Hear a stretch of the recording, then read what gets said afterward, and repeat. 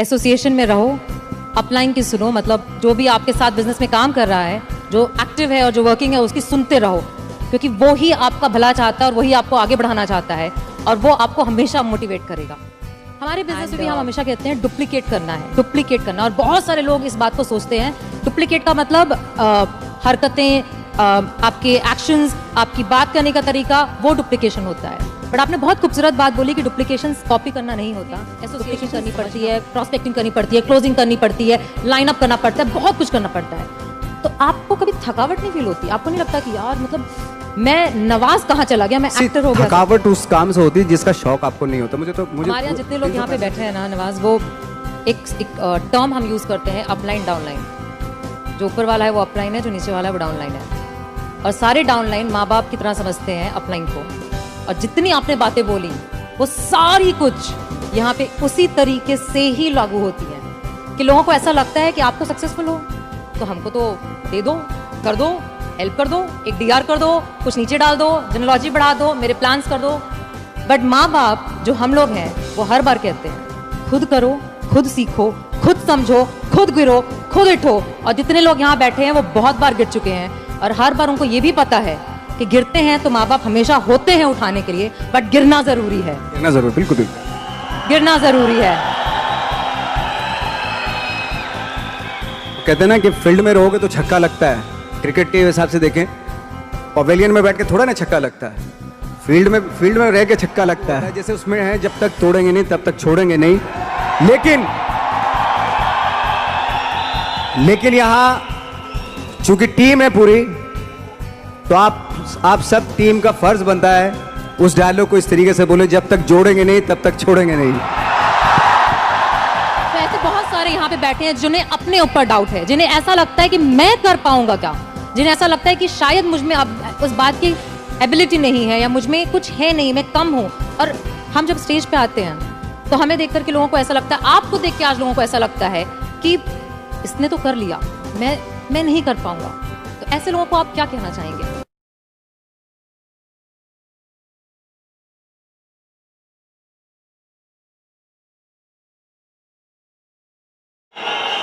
ऐसे जब 20 साल पहले मैं खड़ा हुआ था ऐसे किसी ऑफिस में जाके, तो मुझसे पूछा गया था कि क्या है, किसी डायरेक्टर के असिस्टेंट ने पूछा था क्या है, मैंने कहा एक्टर हैं।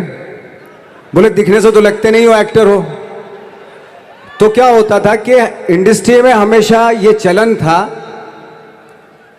कि एक्टर हीरो जो होता है वो 6 फुट का होता है और गोरा होता है और लंबा चौड़ा बल्ले छल्ले होते हैं।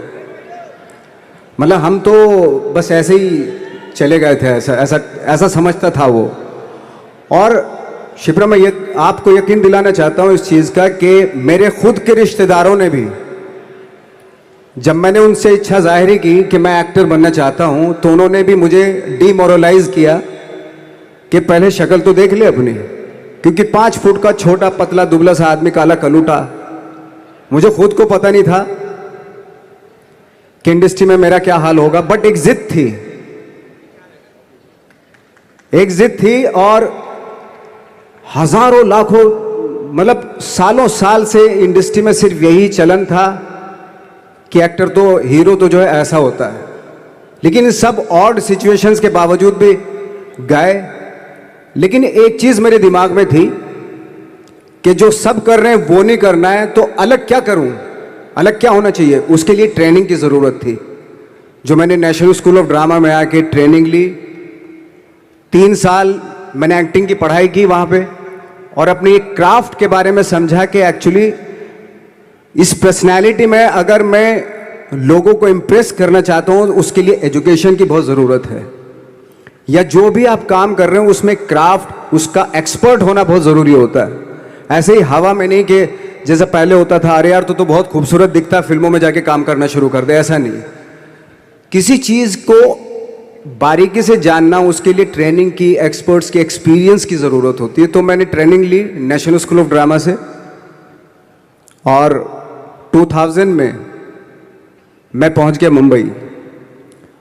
मुंबई पहुंचने के बाद जब हम किसी ऑफिस में जाते थे, आई थिंक उससे पहले चलन नहीं था बिल्कुल भी। हम लोग गए, जैसे मैंने बताया कि ऑफिस में खड़े हो के भाई हम एक्टर हैं, काम दोगे क्या? तो बोले पहले हुलिया तो देख अपना तू। तो ये हर बार सुनने के लिए मिलता था, और वो बात भी सही थी, क्योंकि उससे पहले कभी कोई आपने देखा नहीं होगा कोई इतना बड़ा, कोई इतनी सी पर्सनैलिटी का 5 फुट 6 इंच का आदमी, पतला दुबला सा मरियल सा, कि कभी ये इस तरह के लोग एक्टर भी बन सकते हैं, हीरो भी बन सकते हैं, स्टार भी बन सकते हैं, ऐसा चलन था ही नहीं। मैं कॉन्फिडेंट था बिकॉज ऑफ माई ट्रेनिंग। मैंने ट्रेनिंग ली थी और अपनी क्राफ्ट के बारे में बहुत अच्छे से जानता था मैं, और उस चीज का सिर्फ कॉन्फिडेंस था मुझे कि आज नहीं तो कल, कल नहीं तो परसों, या 10 साल या 20 साल या 30 साल, 30 साल के बाद नंबर जरूर आएगा मेरा। मैंने कभी भी अपने को टारगेट नहीं किया, टारगेट नहीं दिया मैंने कि अगर 2 साल ट्राई करके देखता हूं उसमें, अगर हो गया तो ठीक है, वरना कोई दूसरा फील्ड अपना लूंगा, ऐसा कभी नहीं। जिस चीज का पैशन होता है, जज्बा होता है, अगर आप दिल से चाह लो ना, तो पूरी दुनिया झुक जाती है उसके ऊपर। उसको पूरा करने के लिए पूरी कायनात एक हो जाती है कि इस आदमी की जिद के लिए, इस आदमी की जिद के आगे झुकना पड़ेगा, और पूरी दुनिया झुकती है आपकी जिद के आगे। लेकिन आपको जिद्दी होना पड़ता है, आपको बहुत सारे सेक्रीफाइस भी करने पड़ते हैं, क्योंकि ये आपने चाहा है। परीक्षा देनी पड़ती है आपको, जितना बड़ा इम्तिहान होगा उतनी बड़ी परीक्षा भी देनी पड़ेगी। आसान काम नहीं है। छोटे छोटे टारगेट बनाएंगे तो छोटों में निपटारा हो जाएगा। हमेशा अपने आप को टारगेट बढ़ा दो। तो उसके लिए हमेशा अपने आप को अनकंफर्ट जोन में डालो, कि जो इम्पॉसिबल है उसको पॉसिबल करने की शिद्दत, पैशन आपके अंदर होना चाहिए, वो हो जाता है। आज जो दुनिया में इतने सारे एक्सपेरिमेंट हुए हैं, ये सिर्फ इसी बिना पे हुए हैं, पागलपन के जरिए ही हुए हैं ये सारे एक्सपेरिमेंट। एक मैंने कहीं सुना था कि जब आप एक्सपेरिमेंट करते हैं तो फेलियर भी होते हैं, कई बार फेलियर होते हैं। कोई एक एक्सपेरिमेंट करने के लिए, कोई एक चीज करने के लिए बहुत बार हमने भी झेला है, बहुत बार फेलियर हुए हम लोग। लेकिन एटलीस्ट हमें इतने सारे फेलियर होने से इतने तरीके पता चले कि इन तरीकों से सक्सेस नहीं मिल सकती। फॉर एग्जाम्पल, एडिसन ने जब बल्ब का आविष्कार किया तो 100 बार एक्सपेरिमेंट किए अपनी जिंदगी में। 100 बार एक्सपेरिमेंट करने के बाद जब उसको पता चला कि अरे फॉर्मूला तो ये था बल्ब बनाने का, तो एटलीस्ट उसके साथ साथ उसको ये भी पता चला कि 100 जो तरीके हैं, 100 तरीकों से बल्ब नहीं बनता, ये भी पता चला उन फेलियर्स में उसको।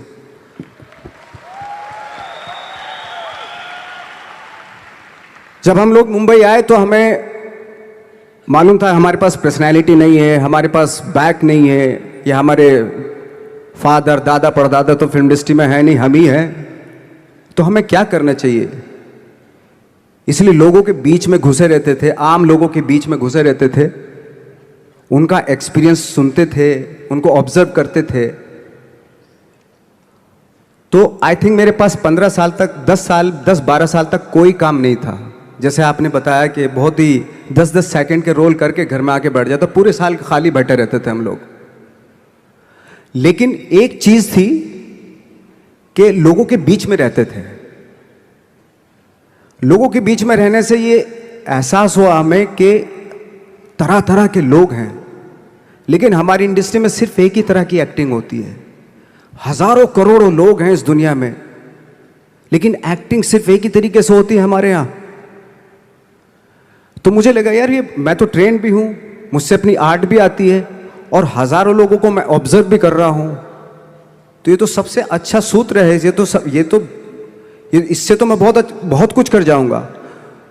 तो जब ये सूत्र पता चला मुझे कि अब मैं ये जो हजारों लोगों को मैंने ऑब्जर्व किया है, अब जब भी मुझे कोई रोल मिलेगा उन्हीं में से वो एक इंसान होगा।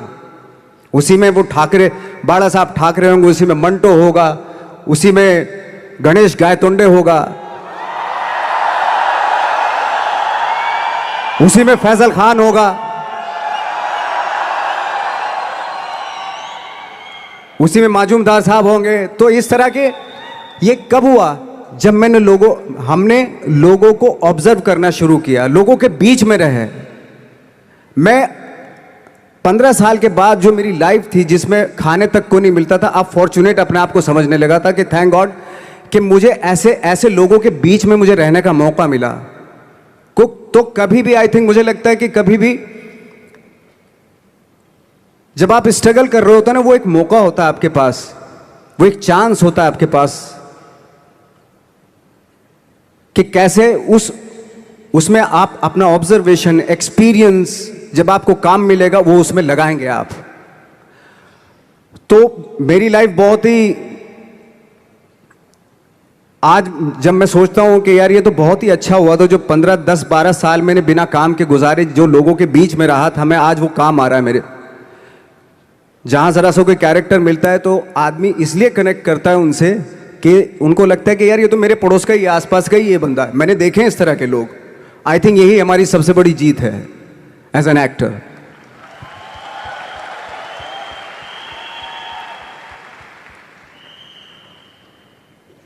ऑफ कोर्स स्ट्रगल में बहुत सारी चीजें सेक्रीफाइस करनी पड़ती हैं, क्योंकि खुजली आपको हुई है, आप ही को मिटानी पड़ेगी।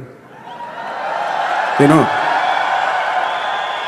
आप जो आप हैं वो आपने बनना चाहा था, और अगर डिसअपॉइंटमेंट आ रहे हैं तो आप तो कंप्लेन भी नहीं कर सकते, क्योंकि आप ही ने चाहा था ये बनना।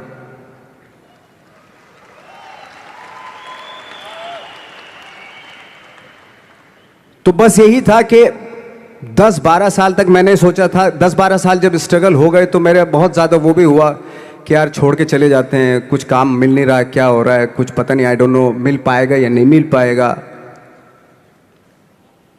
फिर ये होता था कि नहीं, मेरी मदर जो है ना एक लेटर लिखती थी मुझे हमेशा। तब मोबाइल नहीं आए थे, पेजर आए थे, तो पेजर यहाँ पे लगा के चलते थे हम लोग।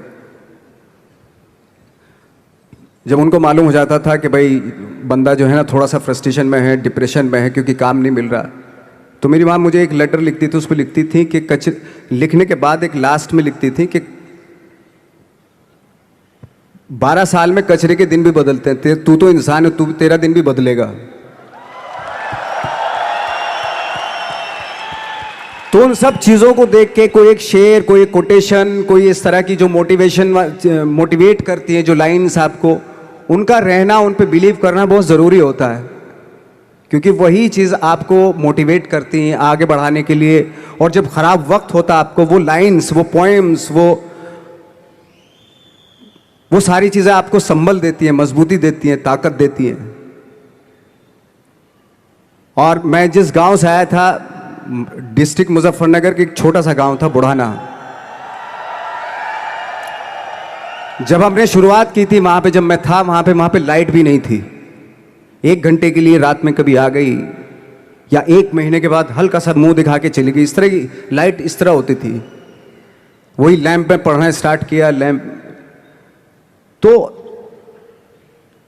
छोटे से गांव से आने के बावजूद फिर दिल्ली मतलब छोटा सा, उससे बड़ा शहर भी हमें ऐसा लगता था पता नहीं क्या है, मतलब डर लगता था। मैं जब मुंबई में आया था तो मैं 15 दिन तो घर से बाहर ही नहीं निकला था, क्योंकि इतनी स्पीड देख रहा था मैं कि इतनी स्पीड में तो हम चल ही नहीं पाएंगे, इस शहर के साथ शायद हम कनेक्ट नहीं कर पाएंगे बिल्कुल भी।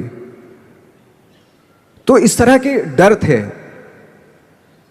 लेकिन ऐसी जगह पे आ गए थे कि अब जाना भी मुश्किल था। तो मतलब वापस नहीं जा सकते थे। वापस इसलिए नहीं जा सकते थे कि बहुत सारे डर थे। वापस अगर चले गए तो थिएटर के जो मेरे दोस्त थे वो बोलते, क्यों भाई वापस आ गए तुम भी, जैसे बहुत सारे लोग वापस आ रहे थे तुम भी वापस आ गए, चलो लग जाओ ठीक है। गांव में इसलिए नहीं जाता था अपने कि जो पहले ही बोलते थे वो लोग कि शक्ल तो देख ले, फिर हार के उनके सामने चला गया तो क्या बोलेंगे वो तो वही बोलेंगे कि हमने तो पहले मना किया था कि मत जाओ, क्या सूरज शक्ल थोड़ा ही थी तुम्हारी स्टार बनने की, एक्टर बनने की। तो ये बहुत सारे डर थे जिसकी वजह से मैं अपने ना तो गांव जाता था, ना जहाँ से ट्रेनिंग ली थी दिल्ली से, ना वहाँ जाता था। मैंने जो भी है मरना जीना मुंबई में ही होगा। रही बात सक्सेस की, सक्सेस अगर 30 साल बाद भी मिलेगी उसके लिए भी मतलब तैयार रहना चाहिए। सक्सेस की कोई डेट नहीं होती, कोई तारीख नहीं होती, कोई टारगेट नहीं होता कि इतने ही दिनों में मिल जाएगी। इंसान का काम होता है, आई थिंक मुझे लगता है कि मेरे हिसाब से मुझे लगता है कि लाइफ ना हमेशा अपने आप को लाइफ में पुश करते रहो और पैशन के साथ जिस भी आप काम में हो, जो भी आप काम कर रहे हैं उसमें पैशन के साथ लगे रहना बहुत ज़रूरी होता है। क्योंकि पैशन से क्या होता है, जिस भी आप फील्ड में होते हैं उसकी डिटेलिंग्स मिलनी शुरू होती है। जैसे जब आप समंदर में देखते हैं, समंदर की जब गोता मारते हैं, नीचे जाते हैं, तो आपको एक धीरे धीरे बहुत कुछ दिखाई देना शुरू। ऐसी आपका भी फील्ड है, कोई भी हर फील्ड ऐसा ही होता है, उसमें असीम संभावनाएं होती हैं, इतनी पॉसिबिलिटीज होती हैं कि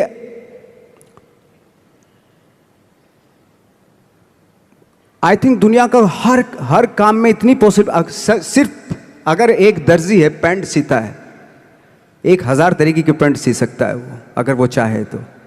अगर उसने नहीं चाहा तो वो जो ट्रेंड चला रहा है वही सीता जाएगा। लेकिन अगर उसने चाह लिया कि मैं ऐसा कुछ करता हूं, तो 1000 तरीके की पैंट उसी में 1000 तरीके की सी देगा वो पैंट। ऐसे हर फील्ड में पॉसिबिलिटीज बहुत होती हैं और एक परफेक्शन होता है। फॉर एग्जाम्पल, जैसे हम लोगों ने ट्रेनिंग इसलिए ली कि परफेक्शन आ जाए अपने काम में।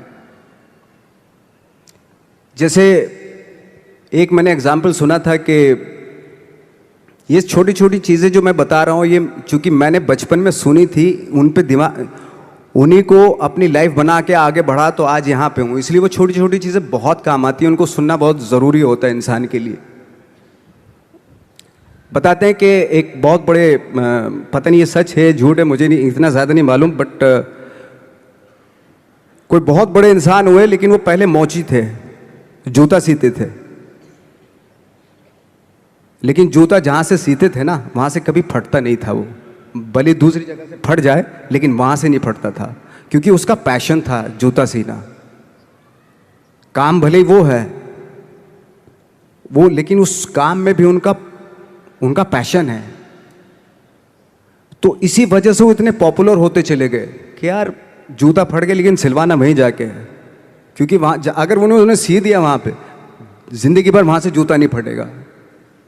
तो छोटी छोटी चीज़ों में ये जो परफेक्शन, पैशन, ये सारी चीज़ें होती हैं जो आपका आगे बढ़ाती हैं, बहुत आगे ले जाती हैं। लेकिन उसके वही है, कुछ चीज़ों का होना वाकई बहुत ज़रूरी होता है। फिर एक्सपीरियंस आपकी नॉलेज। जैसे मेरा मानना है कि आई एम सॉरी टू से, बट मेरा खुद का मानना है कि मैं लक पे बिलीव नहीं करता हूँ। मेरे सामने आज तक मेरे सामने लकीली कोई चीज़ नहीं हुई कि मैं लकीली यहाँ तक पहुँच गया। आज जो आप प्रोमो देख रहे थे, जो क्लिपिंग्स देख रहे थे मेरी, मैं लकीली नहीं पहुँचा हूँ यहाँ पे। मैंने उसके लिए मेहनत की है, मैंने उसके लिए नॉलेज इकट्ठी की है, मैंने उसके लिए ट्रेनिंग ली है। अगर लक पे डिपेंड करता ना मैं, तो अपने एक रूम में रहता, देखते हैं यार लक जब होगा तो हो जाएगा, ऐसे थोड़ा ना होता है। बाला साहब ठाकरे का जब मैंने रोल किया तो वो लकीली नहीं हो गया।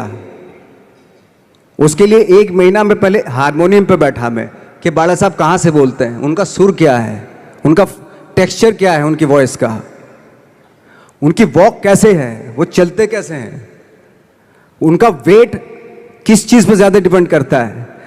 हर आदमी का जो वेट होता है, किसी का थाइज पे होता है, किसी का फुट पे होता है, किसी का बट पे होता है वेट, किसी का कमर पे होता है। हर आदमी का एक वेट शिफ्ट करने का एक अलग तरीका होता है। तो हम लोग इतनी डिटेल में जाते थे कि बाड़ा साहब किन चीज़ों पे वेट कर रख के चलते हैं, ऐसे चलते हैं, कोई या तो ऐसे चलते हैं या ऐसे चलते हैं, ये इस तरह की बहुत सारी डिटेल होती हैं। जब आप जाते हैं तो बहुत सारी चीज़ें पता चलते हैं। मेरे सामने इतने चैलेंज थे जब मैं बाला साहब का रोल कर रहा था, तो वो मिमिक्री भी नहीं होनी चाहिए, कॉपी भी ना हो। जैसे अमूमन अक्सर होता है जब हमारे यहाँ बायोग्राफी की जाती है तो हम कॉपी कर देते हैं उसकी। कॉपी करना मतलब अगर हम किसी की कॉपी कर रहे हैं या मिमिक्री कर रहे हैं तो वो वीकनेस समझी जाती है कि आप वीक एक्टर हो। और ये बात मुझे बहुत पहले समझ में आ गई थी जब मैं ट्रेनिंग ले रहा था। मैं ट्रेनिंग के फ़ायदे बता रहा हूँ आपको। जब मैं ट्रेनिंग ले रहा था ये हमें तभी समझ में आ गया था। और प्रिपरेशन के वक्त बाला साहब की प्रिपरेशन के टाइम पे कि मैंने कि इसकी मिमिक्री नहीं होनी, बाला साहब की मिमिक्री नहीं होनी चाहिए, ना कॉपी होनी चाहिए, और लगना भी चाहिए कि बाला साहब ठाकरे हैं।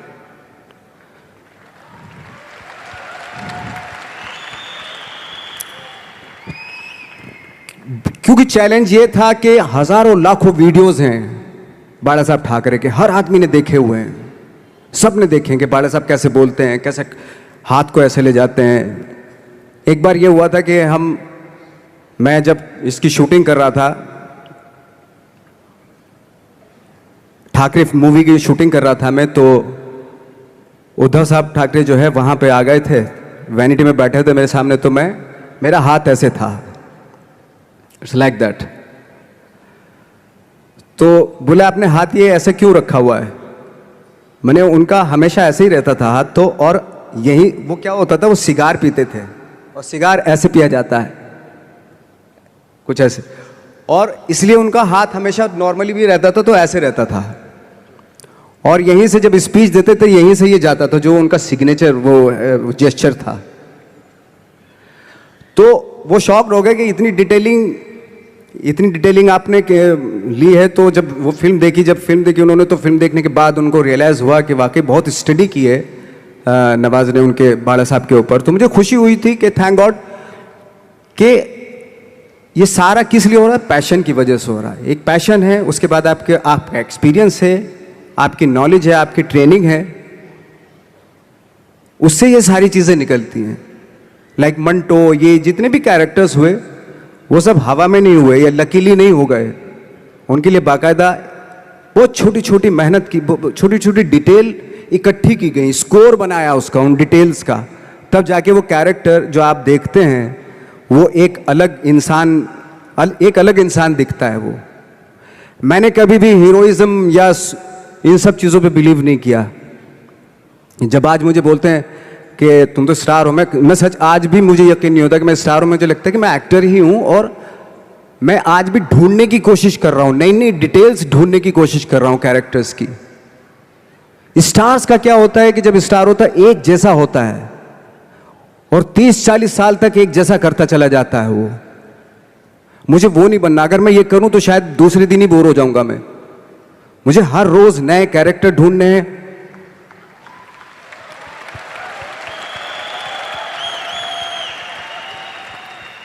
लोगों के बीच में रहना है, क्योंकि लोगों ये बीच में रहने से बहुत सारी चीजें मिलती हैं। मैंने एक रोल किया था लंच बॉक्स में, पता नहीं कितने लोगों ने देखी वो फिल्म, मुझे नहीं मालूम।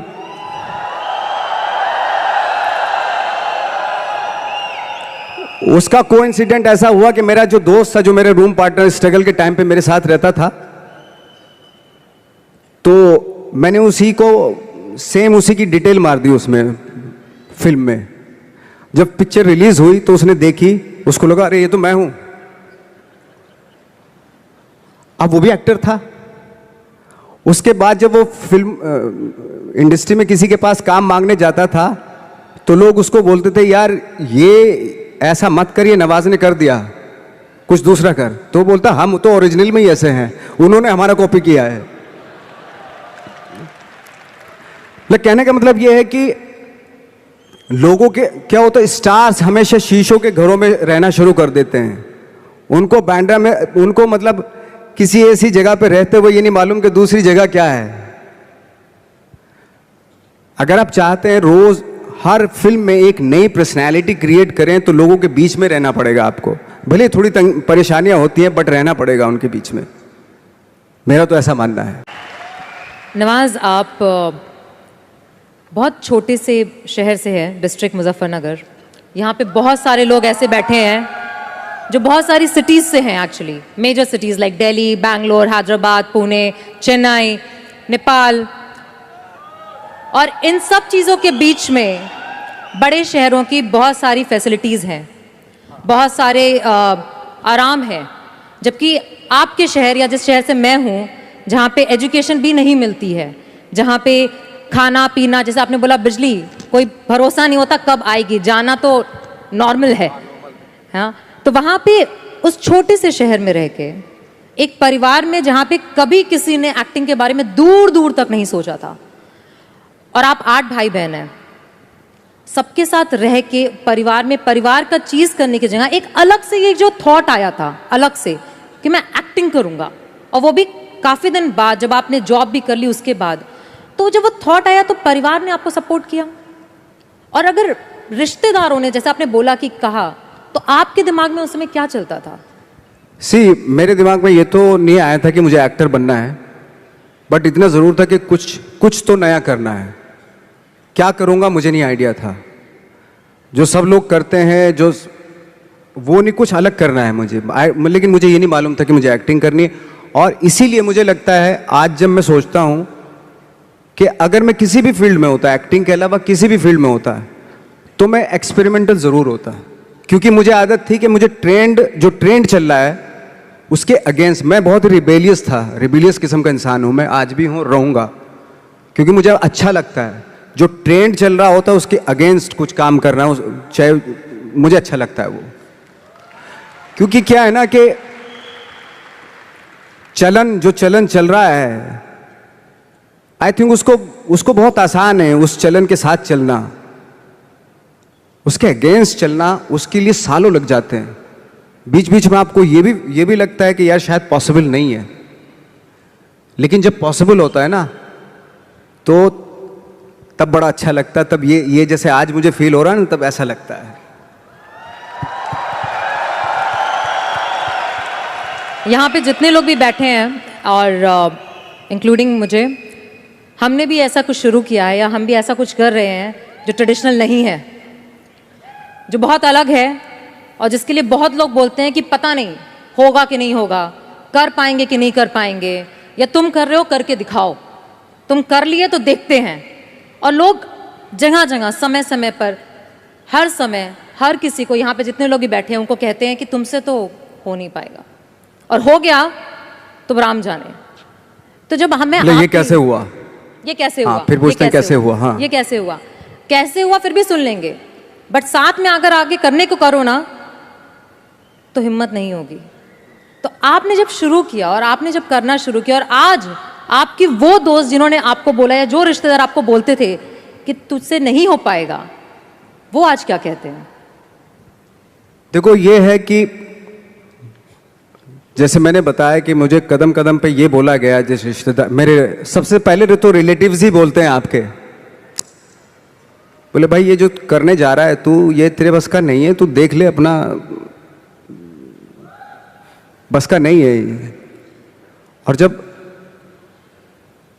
जब हो जाता है तो ऑफ कोर्स यही कि हमने तो बोला था, अब पता नहीं कब बोला था, मुझे भी नहीं पता कब बोला था उसने कि हमने तो बोला था हो जाएगा। एक किस्सा मुझे याद है कि जब मेरा एक मैगजीन आती है जीक्यू की मैगजीन पे जब मेरा 2012 में मेरा छपा, तो मुझे एक बहुत बड़ी मॉडल थी मुंबई की, तो उन्होंने बुलाए, दोस्त थी, काफ़ी सालों के बाद 3-4 साल के बाद मिलना हो रहा था। तब मैं 3 साल पहले स्ट्रगल ही कर रहा था ऑलमोस्ट, लेकिन जैसे जीक्यू में आया मेरा मैगजीन में, तो वो शॉक्ड हो गई। और वो बहुत ही खूबसूरत, लंबी चौड़ी खूबसूरत मॉडल की तरह बिल्कुल, और मैं ऐसा दिखने में, तो मुझे बोला यार तुम जीक्यू के पेज पे आए हो? मैंने हाँ। तुम कैसे जीक्यू के पेज पे आ गए? मैंने पता नहीं, मुझे भी पता नहीं क्यों आया। तुम्हें मालूम है तुम जीक्यू के पेज पे आए हो? मैंने हाँ। तुम्हें पता नहीं तुम कैसे आए हो, क्यों? तुम्हें मालूम है तुम जीक्यू के पेज पे आए हो? शी वॉज लाइक, मतलब उसने बहुत अपनी जिंदगी में बहुत साल दिए इंडस्ट्री को, लेकिन कभी इस तरह का कुछ हुआ नहीं कि जीक्यू के पेज पे आ गए या इस तरह के। हालांकि मैं ज्यादा कुछ इस चीज पे बिलीव नहीं करता, बट उसके लिए बहुत इंपॉर्टेंट था कि जीक्यू के पेज पे तुम कैसे गए। मतलब उसका कहने का मतलब यार तू दिखने में 5 फुट 6 इंच का आदमी, ना तेरा शक्ल ना सूरत ना कुछ, तू कैसे आ सकता है जीक्यू के पेज पे? See that was the mindset. ये माइंडसेट था कि मेरे जैसे कद काठी का आदमी इतनी बड़ी मैगजीन में कैसे कैसे उसका फोटो आ सकता है, ये माइंडसेट था और है। लेकिन इन सब के ऊपर आप तब उठते हैं जब आप जब आप क्राफ्ट जानते हैं, अपना काम जानते हैं। हम लोग अपना काम जानते थे, हम लोगों को अपनी चीजें मालूम थी, क्योंकि हमने उसको वक्त दिया था, हमने उसको टाइम दिया था, अपनी क्राफ्ट को, अपनी चीजों को, अपनी ट्रेनिंग को टाइम दिया था, इसलिए ये सारी चीजें पॉसिबल हुई। यहाँ पे जितने भी लोग बैठे हैं, जैसे आपने बोला कि ट्रेनिंग बहुत ज़रूरी है, और आप काफ़ी बार इस बात को मेंशन करते हैं कि ट्रेनिंग समझना, अपने क्राफ्टमैनशिप को समझ के करना बहुत ज़रूरी है। हमारे अंदर भी एक कल्चर है जिसमें हम कहते हैं कि साथ में बैठना, रहना, जैसे आपने बोला साथ में रहना बहुत ज़रूरी है, तो हम हमेशा कहते हैं एसोसिएशन में रहना ज़रूरी है। अच्छी तालीम पाने की तरह हम कहते हैं कि अपने बिजनेस को समझना, उसके अच्छे और उसकी बुराइयों को जानना बहुत ज़रूरी है। और शायद आज ये मैजिक ट्रेनिंग में आपको इसलिए बुलाया है बिकॉज इनको भी यही ट्रेनिंग दी जा रही है कि विश्वास करो अपने सपने पे, लगे रहो, दिक्कतें आएंगी, बट समझो और समझ के जब करोगे तो एंड में सक्सेस ज़रूर मिलेगी। इस पूरी जर्नी में आपके, जब आपको कभी भी ऐसा फील नहीं हुआ कि बहुत हो गया, सफलता नहीं मिल रही है, लोग आगे पीछे, शायद कोई आगे बढ़ रहा था, जैसे आपने बताया कि आप पहले ऐसे माहौल में रहते थे जहाँ पे लोगों को एक्टिंग के लिए मिल जाते थे और आपको नहीं मिल रहा था, तो कभी छोड़ने का दिल नहीं किया आपको कि छोड़ देता हूँ, कुछ और कर लेता हूँ? और लोगों ने बोला होगा ज़रूर, छोड़ दो, कुछ और कर लो, क्योंकि यहाँ पे बैठे हुए बहुत सारे लोगों को ये बोला जाता है कि बहुत आसान है छोड़ना, छोड़ दो, नौकरी तो है, करते रहो, बिजनेस क्यों करना है? इसके लिए आप क्या कहना चाहेंगे? आई थिंक सबसे आसान काम है, जैसे आपने बताया नौकरी करना तो सबसे आसान काम है, लेकिन खुद से क्रिएट करना कोई चीज़, वो वाकई बहुत डिफिकल्ट है।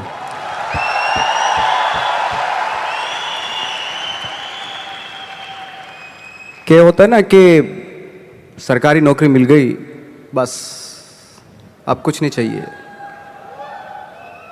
पूरी जिंदगी गुजार देते हैं, क्योंकि मिलता रहेगा, वो सो हटाएंगे तो नहीं, आपको मिलता रहेगा, सरकारी पैसा आता रहेगा आपके पास। लेकिन खुद से जब करते हैं ना, तो उसको करते हुए बहुत दिक्कतें आए, डेफिनेटली बहुत दिक्कतें आएंगी, क्योंकि खुद का कुछ क्रिएट कर रहे हैं आप, और क्रिएशन में हमेशा प्रॉब्लम आती है, वो आसानी से नहीं हो जाता, कोई भी क्रिएट चीज़ आसानी से नहीं हो जाती।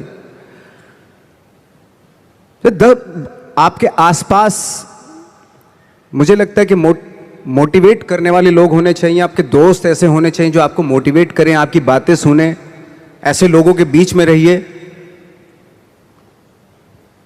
जो आपको हर वक्त आपकी बातें सुने, आप चाह क्या रहे हो, क्या सोचते हो आप, उसकी रेस्पेक्ट करें। और सारे जो ग्रुप जो होता है वो उसकी थॉट को रेस्पेक्ट करके उसको एग्जीक्यूट करें, यू नो, वो बहुत ज़रूरी होता है। तो आई थिंक जैसे हमारे यहाँ भी होता है कि बहुत सारे टैलेंटेड एक्टर होते थे, जब हम दिल्ली से मुंबई की तरफ आते हैं तो बहुत सारे जत्था का जत्था 15-20 एक्टर्स आते थे, तो बीच बीच में गायब होने लगते थे वो, पता नहीं कहाँ, कोई कहीं चला गया, कोई कहीं चला गया, किसी ने छोड़ दिया, किसी ने दुकान कर ली, है ना, किसी ने कुछ कर लिया, ऐसे चले जाते थे। मैंने कहा वो एक्टर कहाँ गया, वो तो चला गया, क्यों? एक काम नहीं मिल रहा था यार। अच्छा वो तो यही है मुंबई, वो क्या कर रहा है? बोले कुछ नहीं कर रहा है, ऐसे ही। तो पता ही ऐसा क्यों होता था? कुछ एक्टर थे जिनका सर्किल बहुत करेक्ट होता था,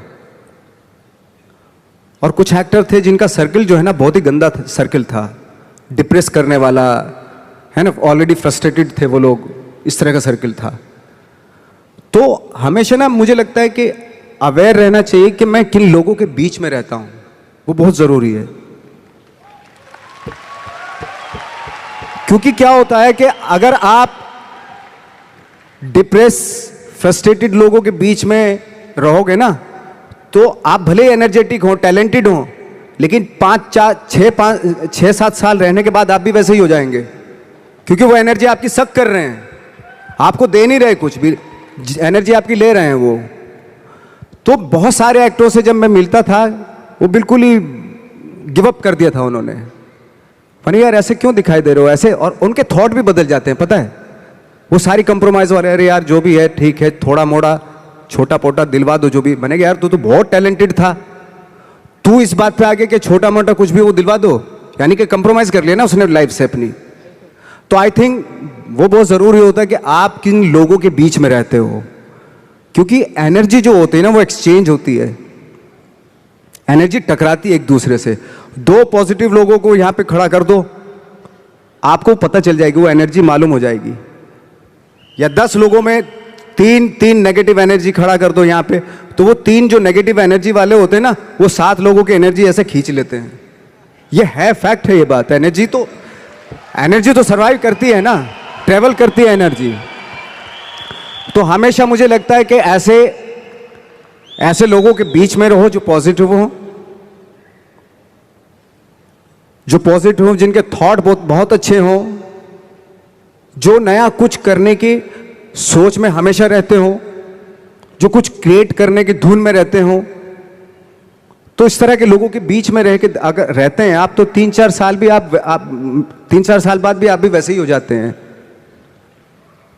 हमारे यहाँ भी एक कहावत है और एक आपस में कि एसोसिएशन में रहो, अपलाइन की सुनो, मतलब जो भी आपके साथ बिजनेस में काम कर रहा है, जो एक्टिव है और जो वर्किंग है, उसकी सुनते रहो, क्योंकि वो ही आपका भला चाहता है और वही आपको आगे बढ़ाना चाहता है और वो आपको हमेशा मोटिवेट करेगा। एक और सवाल पूछूं और सवाल। आपने बहुत लंबा सफर चुना है, जहां से आप शुरू हुए और अभी तक में काफी साल लगे। अब जब सफलता आपके पास आ रही है और आपके पास बहुत आ रही है, तो कभी ऐसा दिमाग में नहीं आता कि रिटायर हो जाऊं, कब तक करूंगा, करते रहना है? क्योंकि यहाँ पे बैठे हुए बहुत सारे लोगों के दिमाग में यह आता है कि मेहनत करना शुरू किया, एक थॉट होता है कि एक सक्सेस मिल जाए, जैसे आपको भी लगता होगा शुरू में कि एक पिक्चर मिल जाए, एक शॉट हो जाए, 10 हो जाए या 50 हो जाए, उसके बाद मैं रिटायर हो जाऊंगा, मैंने कमा लिया। बट हर इंडस्ट्री में हम लोग एक रखते हैं कि यहाँ पे रिटायर होना है। आपके हिसाब से इंडस्ट्री छोड़ के, बट आपके हिसाब से आपको क्या लगता है नवाज कि आप कब रिटायर होना चाहेंगे? देखिए, रिटायर की तो बात की बात है, खैर रिटायर एक्टर तो रिटायर नहीं होता है ना, जो स्टार होते हैं वो रिटायर हो जाते हैं, वो तब तक होता है उनका जब तक ये होता है, उनका करियर तब तक होता है। लेकिन इसमें और इसमें फर्क होता है, बिल्कुल, है ना। तो जैसे मैं एक बात कहने वाला था, एक बात कह रहा था कि सिद्धि और प्रसिद्धि में फर्क है। प्रसिद्ध तो सक्सेसफुल तो कोई भी हो जाएगा। एक इंसान कपड़े उतार के बाजार में घूमने लगे, प्रसिद्ध हो जाएगा 1 मिनट में, ठीक है। आजकल तो इंटरनेट का जमाना है, थोड़ा मोबाइल से खींच लिया, डाल दिया, हो गया। अरे नंगा घूम रहा था बंदा बाजार में, कौन है, अच्छा ये नाम है, अच्छा, हा, है, हो गया प्रसिद्ध। तो हमारे एक टीचर थे, वो हमेशा बताते थे प्रसिद्धि और सिद्धि में कितना फर्क है। पहले प्रसिद्धि लिखते थे और नीचे सिद्धि लिखते थे। प्रसिद्धि का प्र हटा दो, सिद्धि होता है। तो सिद्धि जो होती है प्रसिद्धि के भी ऊपर होती है। सिद्धि प्राप्त करना बहुत जरूरी होता है, सिद्धि प्राप्त करना बहुत मुश्किल है, प्रसिद्ध होना बहुत आसान है। हम यहाँ पे फ्रेंकली स्पीकिंग, मैं मुंबई में प्रसिद्ध होने के लिए नहीं आया था, मुझे इस फील्ड में सिद्धि प्राप्त करनी थी, इसलिए आया था मैं।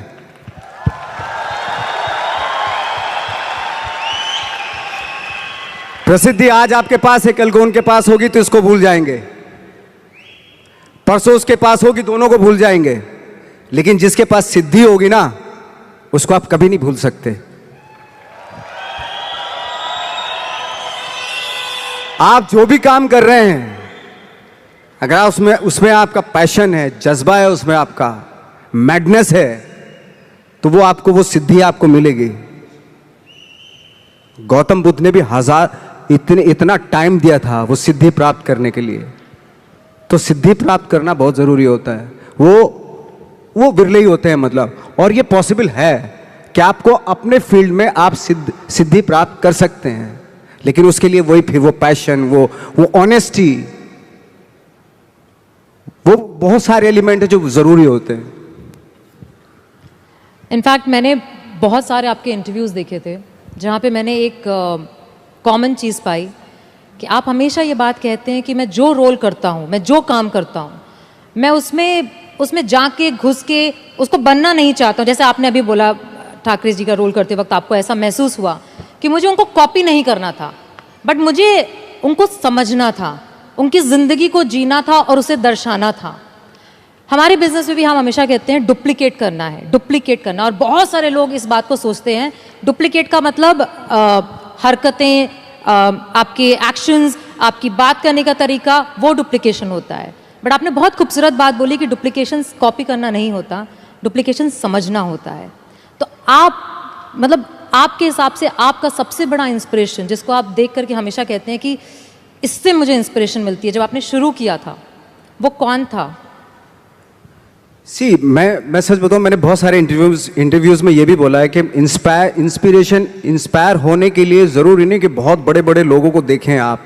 इंस्पायर तो आप अपने गांव में जो एक गणित का टीचर होता है ना, उससे भी इंस्पायर हो सकते हैं आप। मैं बहुत से ऐसे आम लोगों से इंस्पायर हुआ हूं जिनका परफेक्शन था, भले ही वो कोई भी काम कर रहे हों, लेकिन उसमें उसका परफेक्शन होता था, वो ऑटोमेटिकली होता था। उसके पीछे आई डोंट नो उसकी क्या क्या थॉट था। फॉर एग्जाम्पल मेरे यहाँ पे एक मैकेनिक था, मैं सच बता रहा हूँ, उसको इतनी नॉलेज थी उसमें अपने काम में कि वो दूर से गाड़ी चलती हुई गाड़ी को ना बता देता था कि उसमें ये प्रॉब्लम है। बॉनेट खोलता था, सबसे पहले हाथ उसी इंस्ट्रूमेंट पे जाता, उसी अपरेटस पे जाता था उसका जहां प्रॉब्लम होती थी। ऐसे हाथ किया और ठीक हो गई गाड़ी। तो ये मैंने सोचा यार ये तेरे अंदर ये क्या खास बात है, ऐसे तू कैसे सोच लेता है? कि उसने बताया नवाज भाई मैं रात में सोता हूं ना तो भी पुर्जों के बारे में सोचता हूं मैं, यू नो। तो जरूरी नहीं है कि आप इंस्पायर जो है वो बहुत बड़े बड़े लोगों से ही हों। छोटे छोटे अगर आप गौर से देखेंगे ना, आपके आसपास ही बहुत सारे लोग ऐसे रहते हैं जो अपने काम में परफेक्ट होते हैं, परफेक्शन होता है उनके अपने काम में। जरूरत है आपको अपना दिमाग खोलने की। सब कुछ यहीं पड़ा हुआ है, आप ही को क्रिएट करना है। मटेरियल्स यहीं, कंपोनेंट्स यहीं पे पड़े हुए हैं। कहीं जाके दूसरे शहर से, दूसरी कंट्री से नहीं लेके आना है, यहीं पड़े हैं, आपके आसपास ही बिखरे हुए हैं। ये आपकी अवेयरनेस पे डिपेंड करता है कि जो आपके पास पड़ी हुई चीज़ें हैं उनसे आप क्या क्रिएट करते हो, ये आपको डिस्कवर करना है एक्चुअली, मुझे ऐसा लगता है। ड्रीम है, ड्रीम, चेंज, इंस्पायर। और हम सब लोग बैठ के बात कर रहे थे और हमको ये लग रहा था कि अगर ये थीम सूट करता है ना तो वो बहुत कुछ आप पे सूट करता है। बिकॉज आपने एक सपना देखा, आपने बदलाव लाने और दिखाने की चाहत रखी, और आज आप इस स्टेज पे नहीं, दुनिया के बहुत बड़े स्टेजों पे खड़े होके हर एक एक्टर को इंस्पायर कर रहे हैं। और आज यहाँ पे जितने लोग हैं वो इसलिए हैं क्योंकि वो भी आपसे वो इंस्पिरेशन देख करके, समझ करके, इस बात से जब वापस जाएंगे तो सिर्फ ये जानना चाहते हैं कि नवाजुद्दीन सिद्दीकी, जिन्होंने सारे चैलेंजेस देखे और सफलता इतनी पाई है, जो बहुत, जैसे कहते हैं ना, आप कह रहे थे कि मैं 5 फुट 6 इंच गोरा नहीं, बट बहुत सारे गोरे और बहुत सारे 6 फुट लोगों ने कभी सोचा भी नहीं होगा जो इन्होंने पाया है। एंड तो ऐसे बहुत सारे यहाँ पे बैठे हैं जिन्हें अपने ऊपर डाउट है, जिन्हें ऐसा लगता है कि मैं कर पाऊंगा क्या, जिन्हें ऐसा लगता है कि शायद मुझ में अब उस बात की एबिलिटी नहीं है, या मुझ में कुछ है नहीं, मैं कम हूँ। और हम जब स्टेज पे आते हैं तो हमें देख करके लोगों को ऐसा लगता है, आपको देख के आज लोगों को ऐसा लगता है कि इसने तो कर लिया, मैं नहीं कर पाऊंगा। तो ऐसे लोगों को आप क्या कहना चाहेंगे? उसने वो कर लिया जो उसको करना था, है ना। आपको वो करना है जो आपको करना है। अगर आप ये सोचेंगे कि उसने जो उसको करना था उसने कर लिया, अब मैं क्या करूं, तो फिर तो आप कुछ नहीं कर पाएंगे, क्योंकि आप तो फॉलो उसी को कर रहे हो। बिल्कुल। आपको खुद की अपनी आवाज़ सुननी पड़ेगी एक्चुअली।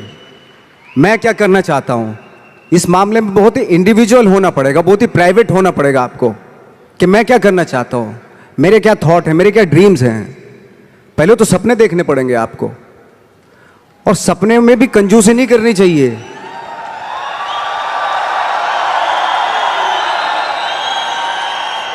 सी सपने, कभी कभी आप सपने देखते हैं, ऐसा लगता है कि यार ये तो पॉसिबल नहीं है, लेकिन पता है जो सपने देखते हैं वो पॉसिबल हैं, वो एग्जीक्यूट हो सकते हैं। पहले सपने तो देखना शुरू कीजिए। तो कहते ना, गांधी जी का था ना, एक कोटेशन था कि वो सपने वो होते हैं जो आपको सोने नहीं देते, दिन में भी हैं, वो उस तरह का था ना कि एपीजे अब्दुल कलाम ने कहा था कि dreams are not those which you see when you sleep, but dreams are those which does not allow you to sleep. Exactly. तो मैंने खुद ने देखा है कि एज एन एक्टर, मैं तो अपने एज एन एक्टर ही बात करूंगा, मैं जब रात में सो रहा हूं और मुझे ड्रीम आया कि मैं एक रोल ऐसा कर रहा हूं, कुछ अजीब सी बॉडी लैंग्वेज है, अजीब सी उसका डायलॉग डिलीवरी है, और अजीब सही मतलब, और सुबह उठा के थोड़ा थोड़ा याद रह गया मुझे कुछ ऐसा। लेकिन बार बार कई बार जब वो सपने देखे मैंने, तो अजीब सा ही कुछ था, और जो मेरे बूते के बाहर की चीज थी, वो ऐसा सपना था, वो ऐसा कुछ मैं परफॉर्मेंस वाइज देख रहा था। कुछ जैसे कभी कभी आप कुछ फिल्में देखते हैं, कुछ इंस्पायर हो जाते हैं कि कुछ परफॉर्मेंसेस से इंस्पायर हुए,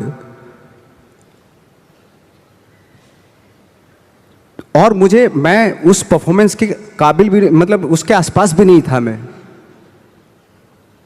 तो मैंने सोचा यार ये इम्पॉसिबल, ये तो मैं कर ही नहीं सकता। और जब मैं उठ के करना शुरू किया, मैंने जो मैंने सपना देखा था वो एग्जीक्यूट करने की कोशिश की, तो बहुत ही भोंडापन सा हो रहा था उसमें, बहुत ही अजीब सा लग रहा था। मैं खुद ही घबरा गया अपने आप से, मैं क्या कर रहा हूं। बट बार बार उसी चीज को, जो मैंने सपना देखा था, उसी को बार बार एग्जीक्यूट करने की कोशिश करता रहा। बाद में after long time I realised कि मैं उसके जैसा करने लगा हूं, मतलब जो मैंने सपना देखा था। बिल्कुल। कभी कभी आपने देखा होगा, ये भी एक सपना ही था, यार मैं उड़ जाता हूं चलो आज, है ना, सपना, ये फैंटेसी थी। कभी सोचा होगा कि किसी ने, कोई सोच भी नहीं सकता था, वो भी एक सपना ही था ना। आज लोग चले जाते हैं ना, एक दूसरी कंट्री से उड़ के चले जाते हैं, ये भी सपना ही था, किसी का सपना ही था। ये सारे सपने थे एक्चुअली, जो आज एग्जीक्यूट हो रहे हैं, कुछ सालों के बाद एग्जीक्यूट हो, हजारों सालों के बाद एग्जीक्यूट होते होते चले गए। तो सपना देखना जरूरी है, और एब्सर्ड सा सपना देखना और भी जरूरी होता है। सपना कैसा भी देखना जरूरी होता है। क्यों? क्योंकि उसमें पॉसिबिलिटी होती है। जितना एब्सर्ड सा, अजीब सा सपना देखेंगे, आई थिंक उस पे जब आप फोकस करेंगे ना, तो आई थिंक वो बहुत खूबसूरत चीज होती है। वो साधारण सपना देख लिया तो ठीक है, सो के तो कोई भी देख लेता है साधारण सपना। मैं कहता हूं असाधारण सपना देखना चाहिए, क्योंकि सपना, असाधारण सपना वो तभी आएगा जब आप असाधारण सोच के होंगे।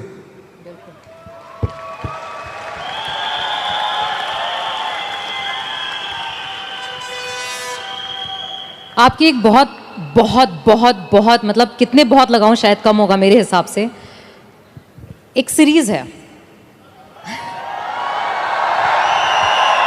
मैंने बोला ना, एक्चुअली नाम भी बोलने की जरूरत नहीं है, सेक्रेड गेम्स। नेटफ्लिक्स पे इस समय सबसे ज्यादा वॉच सीरीज में से है। अब मुझे पता है कि I was travelling at that time, और मुझे जब सीजन 2 रिलीज हुआ ना, तो इतना वेट करी थी कि कंट्रोल नहीं हुआ। मैंने सारे डाउनलोड करके फ्लाइट में, पूरी फ्लाइट में बैठ के कंटिन्यूस देखा।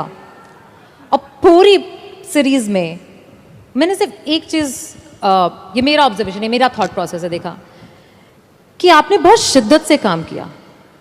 चाहे उस कैरेक्टर में इतने ट्विस्ट थे, इतने ट्विस्ट, आपने हर चीज को जब किया। हमारे बिजनेस में हम कहते हैं कि बहुत कुछ ना, जब लाइफ में हमको आता है और हमें करना पड़ता है ना, तो कई बार हम बहुत कंफ्यूज हो जाते हैं। हम समझ में आता है कि इतनी सारी चीजें एक साथ कैसे करेंगे।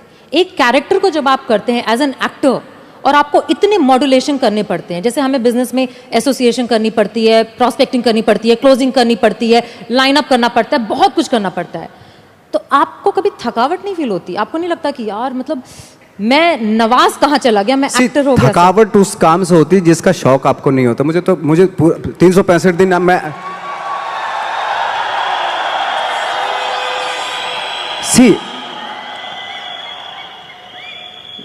मेरे साथ मेरा अनूप आया, वो जानता है मैं साल में ट्रैवलिंग को छोड़ के, अगर ट्रैवलिंग नहीं कर रहा तो मैं 300 दिन शूटिंग करता हूँ। बाकी जो 65 डेज है ना वो ट्रैवलिंग के होते हैं। अगर ट्रैवलिंग के भी ना होना, मैं 365 डेज जो है ना शूटिंग ही करता रहूँ। मुझे इतना शौक है एक्चुअली। मेरा ये एक मैडनेस है मेरे पास है, और थैंक गॉड मुझे उसमें बहुत सारे लोग बोलते हैं, मेरी प्रॉब्लम भी होती है एक्चुअली कि यार क्या है, आप सिर्फ यही करते रहते हो, यही कुछ थोड़ा सा बाहर जाओ, घूमो फिरो, है ना, ऐसा होता है, बहुत सारे लोग बोलते हैं। तो मुझे लगता है यार ये मैंने तो यही चाहा था ना, यही पैशन था ना मेरा, और यही मौका मिल रहा है मुझे, करने का मौका मिल रहा है, तो इससे मैं बोर कैसे हो सकता हूं? अगर 365 डेज मुझे काम, पूरे 12 के 12 महीने आप यही करवाते रहे, तो इसी का तो शौक है मुझे। बिल्कुल। ये छोड़ के मैं कहीं और जा ही नहीं सकता एक्चुअली। अगर किसी को मुझे सजा देनी है तो मुझे एक्टिंग करवाना बंद करवा दे, तो मैं खुद ही ऐसे ही मतलब खत्म हो जाऊंगा। तो मेरा शौक है ये, और वो शौक जो है ना, वो आपका जो शौक होता है, जब वो पैशन बन जाता है ना, तो वो आपकी लाइफ हो जाती है। तो आपकी लाइफ ना, जो ना तो किसी सक्सेस की मोहताज होती है। अगर आज मुझे फिल्मों में काम मिलना बंद हो गया तो मैं थिएटर करना शुरू कर दूंगा। वो बंद हो गया, मैं 2 लोगों को ले जाके यहां पे एक नाटक कर दूंगा, स्ट्रीट प्लेस करना शुरू कर दूंगा, क्योंकि वो मेरा पैशन है। मैं मोहताज नहीं हूं कैमरे का, है ना। मैं 2 लोगों को, 10 लोगों को लेके यहीं पे कुछ इम्प्रोवाइज करना शुरू कर दूंगा, यहीं कुछ एक नाटक बना लूंगा और सबको इनवाइट कर लूंगा, आ जाओ भाई हमने एक प्ले किया, आ जाओ देखो ना कुछ पैसे तो दे के जाएंगे ना आप, भले 1-1 रुपया दे के जाएं।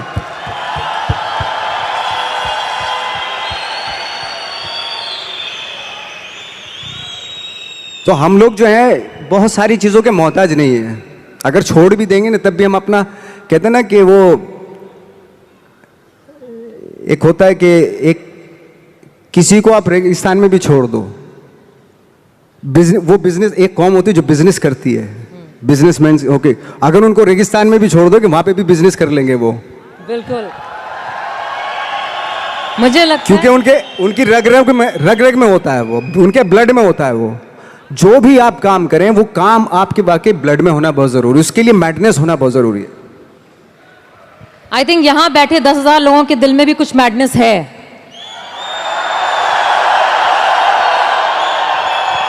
ये उनकी एनर्जी से पता चलता है, क्योंकि हर बार जब भी कोई ऐसी बात की जाती है उनका रिस्पॉन्स जो होता है वो 100% होता है। इसी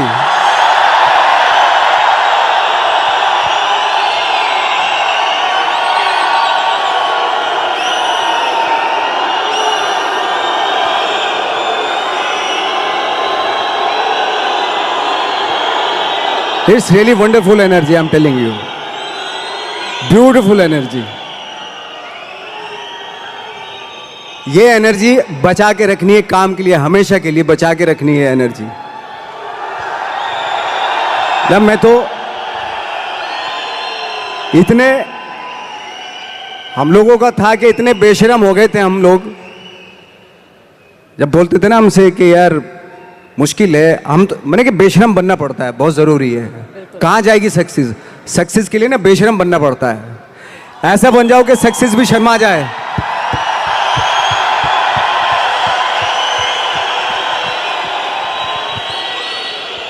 वो जब हम चैलेंज करते थे, कितने साल में, 10 साल में, 20 साल में, 30 साल में, 40 साल में, कितने साल में मिलेगी सक्सेस?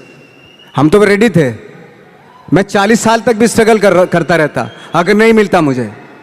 मेरे अंदर तो वो पैशन था।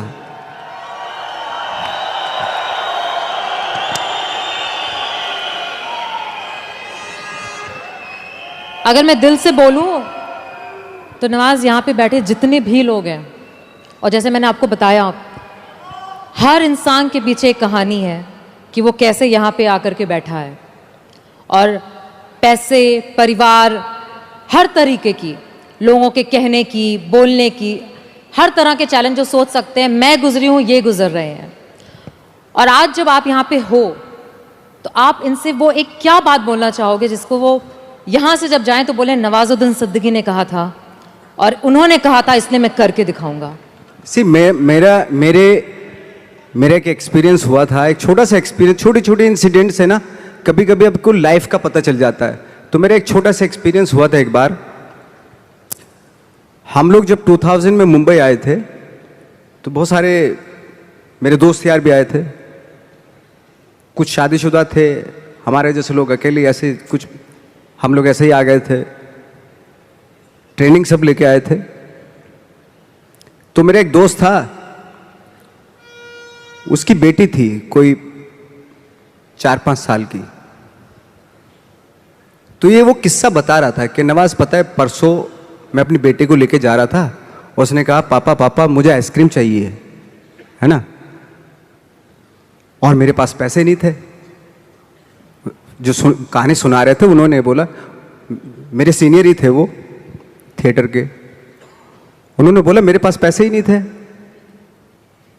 और मैंने सोचा यार मैं अपनी बेटी को, मतलब वो स्ट्रगल कर रहे थे फिल्मों के लिए, टीवी सीरियल्स उनको मिलते थे लेकिन वो कर नहीं रहे थे कि नहीं फिल्मों में ही करूंगा, फिल्मों में डायरेक्ट फिल्में स्टार्ट करूंगा। तो ऐसा था उनका,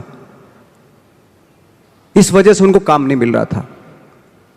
तो उनकी बेटी ने जब बोला पापा पापा मुझे आइसक्रीम चाहिए, तो जब उन्होंने बोला कि बेटा मेरे पास पैसे ही नहीं है, तो नवाज उस दिन मैंने सोचा कि भाड़ में जाए टीवी सिनेमा या वो, मैं टीवी करूंगा लेकिन अपनी बेटी को जब भी बोलेगी आइसक्रीम खिलाऊंगा, हैं।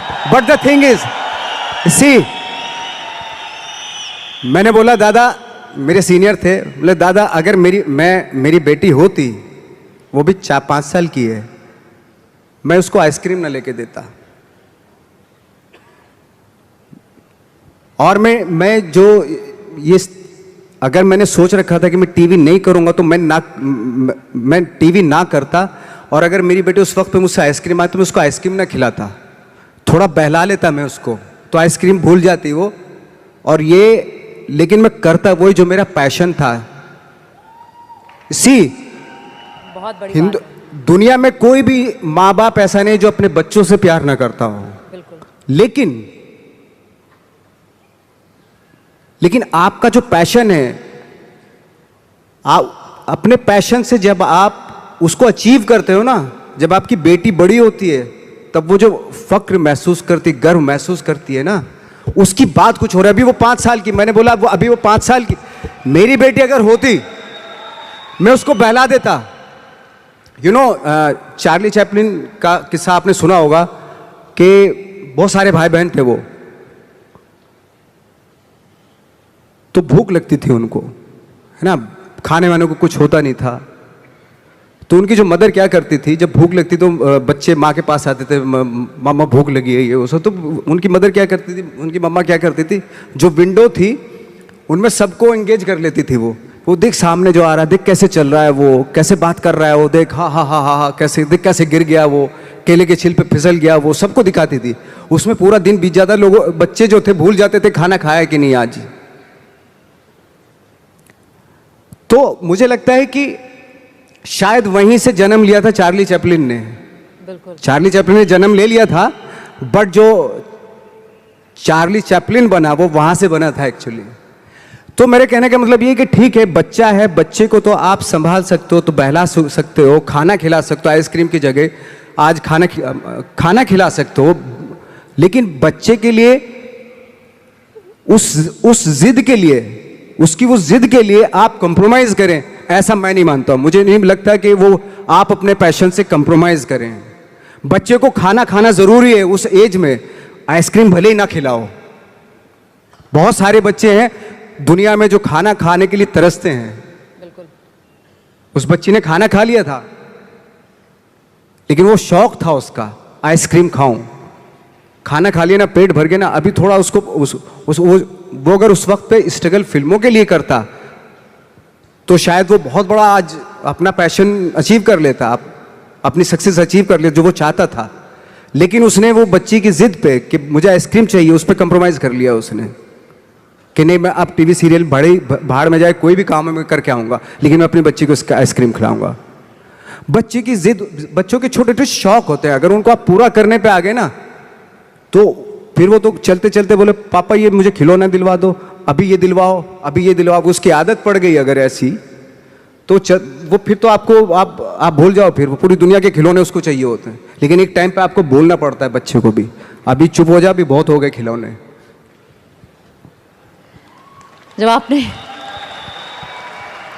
मैंने जब बिजनेस शुरू किया था नवाज, आज से 8 साल पहले, तो मेरा बेटा उस समय 5 साल का था और मैं सुबह से लेकर रात तक काम करती थी।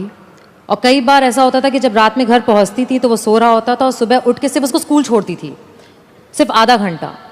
और बहुत सारे लोगों ने बोला था, बहुत सारे लोगों ने, तू कैसी माँ है, तू ऐसे कैसे कर सकती है, तू इतना पैसे के पीछे इतना पागल है कि मतलब। और ना ही मुझे यहाँ पे बैठे बहुत सारी लड़कियों को, बहुत सारे लोगों को परिवार वाले ऐसा बोलते हैं, एहसास दिलाते हैं कि तुम्हारी जिम्मेदारी ज़्यादा बड़ी है तुम्हारे सपनों से। बट आज 13 साल का मेरा बेटा है, आज उसको जो चाहिए ना उसको बोलना नहीं पड़ता, उसको ऑटोमेटिकली मिल जाता है, क्योंकि वो 8 साल में ना सिर्फ मैंने सपनों को फॉलो किया। और यहाँ पे बैठे जितने लोग हैं ना उस चीज़ को करने से इतना डरते हैं, जो आपने इतनी खूबसूरत बात बोली कि अगर हर चीज़ जो चाहोगे वो इसलिए दे दोगे क्योंकि तुम भागना चाहते हो। एग्जैक्टली, बिल्कुल, तुम छोड़ देना चाहते हो अपने पैशन को, बहाना है ये। एब्सोल्युटली। यही जैसे आप बता रही हैं कि मेरी एक फ्रेंड है, उनका जब बच्चा जिद करता था मामा मुझे बैट चाहिए, क्रिकेट का बैट चाहिए, तो वो माँ पता क्या बोलती थी कि जाके पूछ क्या कितने का है। तो जाता था, बाजार जाता था, वो पूछ कर कितने का बैट है, उसने बोला 300 रुपये का बैट है।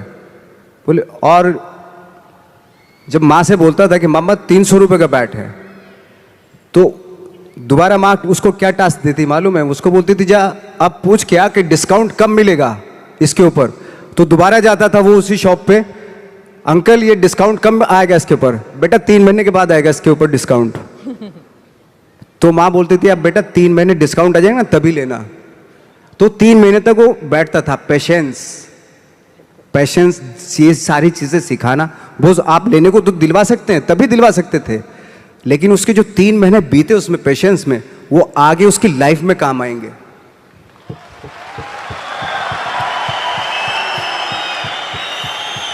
वो कहते हैं ना कि सक्सेस जब मिल जाती है और बहुत पैसा आ जाता है आपके पास, तो अपने बच्चों के शौक पूरे करने लगते हैं आप।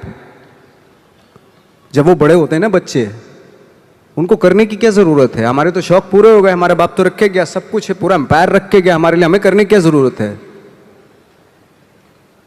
तो उस तरह के हो जाते हैं वो बच्चे। जब तक उनको एहसास कराना बहुत ज़रूरी है कि इसलिए आपने देखा होगा बहुत सारे हमारे यहाँ स्टार हैं, तो उनके जो बच्चे हैं उनको बनाए सारी चीज़ें मिल जाती है। कभी कभार ऐसा भी होता है, एक आध एग्जाम्पल बता रहा हूँ मैं जनरली नहीं बता रहा हूँ। आजकल तो खैर माँ बाप जो है बहुत समझदार हो गए हैं, वो अपने बच्चों को, चाहे वो स्टार हो चाहे आप हो हम हो, कि अपने बच्चों को कैसे पालना है, तो वो बहुत समझ से पालते हैं आज की डेट में। जैसे बहुत बड़े स्टार थे हॉलीवुड के, तो उनका बेटा बहुत बिगड़ा हुआ था, शायद बहुत सारे लोग नाम भी जानते होंगे, बहुत बिगड़ेल बच्चा था। तो कई बार उसने कुछ गाड़ियां भी बड़ी रैश चलाता था ऐसे, और एक बार जेल में चला गया वो। तो जब वापस आया तो बोले पापा आपने मुझे मतलब मेरी बेल नहीं करवाई। तो पापा ने बोला कि यार ऐसा है, और उसने जो सारी प्रॉपर्टी है अपनी ट्रस्ट के नाम कर दी, जो स्टार था उसने। तो उसने बोला कि ना तो आपने मेरी बेल करवाई और सारी प्रॉपर्टी जो है आपने ट्रस्ट के नाम कर दी, मैं आपका बच्चा नहीं हूं क्या। तो उसने बोला कि अगर तेरे को मैंने नाम दिया है, अगर तू काबिल होगा ना इसी नाम से सब कुछ कर लेगा। अगर मैं सोच के तुझे पैसा दूंगा क्योंकि तू काबिल नहीं है, मैं जितना भी पैसा तुझे दूंगा ना वो भी बर्बाद कर देगा तू। अगर काबिल होगा तो आप खुद ही क्रिएट कर लेगा सारी चीजें।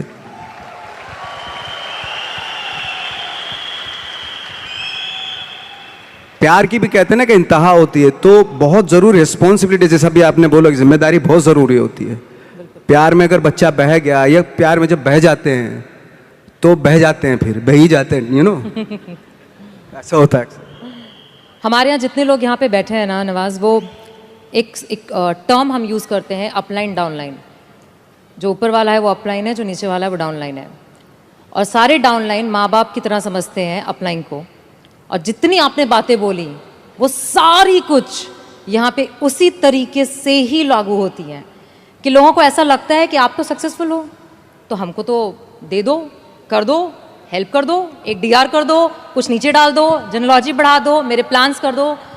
बट माँ बाप जो हम लोग हैं वो हर बार कहते हैं खुद करो, खुद सीखो, खुद समझो, खुद गिरो, खुद उठो। और जितने लोग यहाँ बैठे हैं वो बहुत बार गिर चुके हैं और हर बार उनको ये भी पता है कि गिरते हैं तो माँ बाप हमेशा होते हैं उठाने के लिए, बट गिरना जरूरी है। गिरना जरूरी, बिल्कुल बिल्कुल गिरना जरूरी है। वो कहते हैं ना कि फील्ड में रहोगे तो छक्का लगता है। क्रिकेट के हिसाब से देखें, पवेलियन में बैठ के थोड़ा ना छक्का लगता है, फील्ड में रह के छक्का लगता है।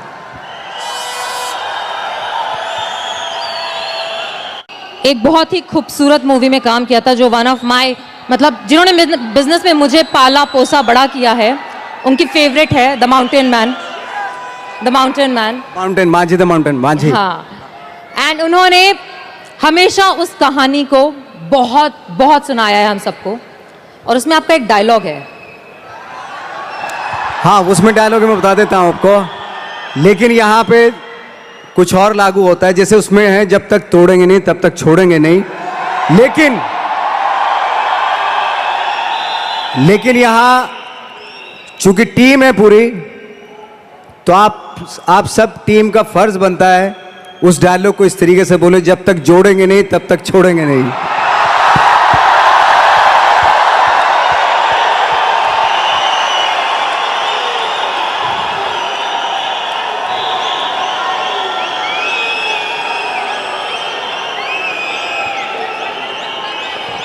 तोड़ने से पहाड़ टूटता है, फिल्म में ये था, लेकिन आपके जुड़ने से पहाड़ बनता है, ये सच है।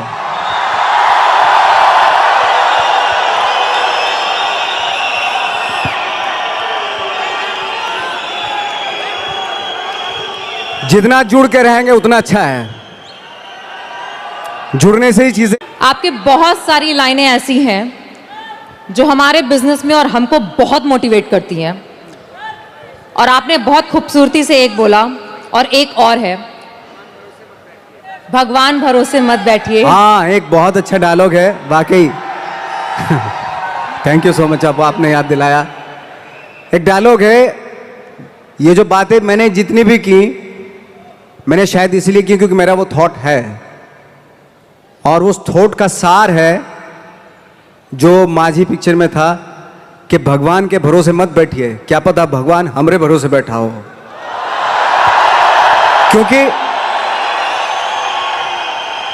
क्योंकि भगवान भी वेट करता है। भगवान वेट करता है, ये खड़ा होके कुछ करेगा तो मैं इसका साथ दूंगा। घर में लेटे लेटे रूम में भगवान भी साथ नहीं देता उसका। जब आप पक्का इरादा करते हैं और घर से निकलते हैं, सोचते हैं कि वाकई कुछ करना है, तभी भगवान साथ देता है। जो घर में घुसे रहते हैं उनका भगवान कभी साथ नहीं देता। गैंग्स ऑफ वासेपुर को एक डायलॉग की फरमाइश आई है, तो मैं आपके सामने कर देता हूं। हालांकि वो डायलॉग पता नहीं, आई डोंट नो क्यों लोगों को बड़ा अच्छा लगता है, मुझे कभी भी उसमें मजा नहीं आया फ्रेंकली स्पीकिंग। लेकिन मैं सुनाता हूं। बाप का, दादा का, भाई का, सबका बदला लेगा रे तेरा Faisal. Thank you very much. ऐसे ही ये एनर्जी बनी रहे, ऐसे शाइन करते रहे आप, और उसी एनर्जी के साथ आगे जो सपने देखे हैं वो पूरा होते रहे आपके। लेकिन वो तभी पॉसिबल होगा जब आप सब मिलके आप अपने सपनों को पूरा करेंगे। Thank you so much.